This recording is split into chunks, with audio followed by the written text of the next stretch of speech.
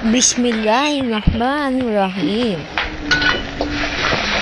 Kawan-kawan, makanan Cina yang dimelayukan dengan nama hidangan masakan Cina yang dimelayukan hanya daripada gerai di Kalabul Malami Ipoh.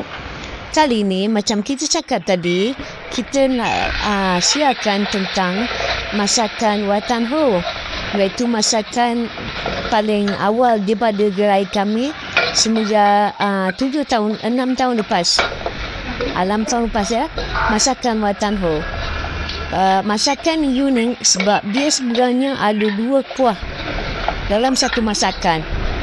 2 kuah dalam satu masakan. Jadi kawan-kawan akan merasai cetusan rasa yang berlainan dan sedap lah. InsyaAllah ta'ala. Customer kami cakap daripada dulu 6 tahun ni memang sedap. Okay, jadi kawan-kawan tengoklah gambaran yang untuk sos pertama ataupun kuah yang pertama, dan sekarang dah buat kuah kedua selepas udang ni digoreng. Ataupun kalau kawan-kawan pilih dada ayam, akan ditukarnya lada ayam. Atau jika kawan-kawan pilih kerang, maka akan ditukarkan kerang. Jadi tengok pada pilihan kawan-kawan. Ingatnya 3 lauk pilihan. Ataupun kawan-kawan boleh pilih 6 lauk pilihan. Ataupun boleh pilih 9 lauk pilihan.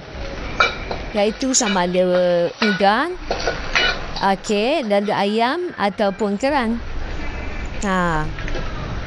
Sayur semua dah disediakan. Standard dekat situ akan dihidangkan dalam setiap masakan Watan Ho ni. Ingat ya kawan-kawan, Watan Ho. Kalau pergi selalunya dekat memang ini masakan Cina, Cantonese. Jadi kami pun dapat masakan ni daripada sekolah lama pangah kita lah, iaitu sekolah Saint Michael dengan sekolah Mangah lama kita, sekolah Tasisen Kombun. Ada orang kantin sekolah tu ada masakan ini.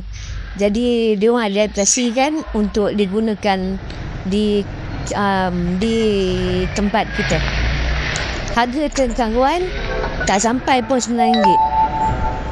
Ataupun kalau ada harga lain, kami akan bagi tahu nantilah.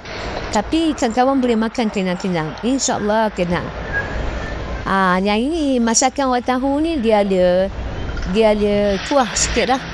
Dia ada kuah, tapi kuah yang pekat. Kuah yang pekat macam nak cakap pun susah.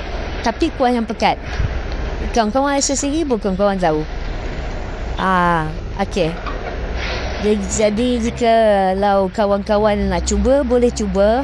Boleh order sama ada makan di gerai ataupun bungkus bawa balik. Ataupun kawan-kawan nak guna delivery. Macam biasa delivery kami ada. Dan jika kawan-kawan nak bayar guna QR pun boleh. Tak ada masalah. Ingat ya kawan-kawan.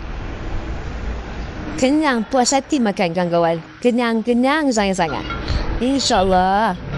Jemput datang kawan-kawan. Ingat ya 12 menu gerai di Kalabul Malami Ipoh. Ini baru salah satu. Jemput datang. Sila. InsyaAllah. Assalamualaikum. Bye.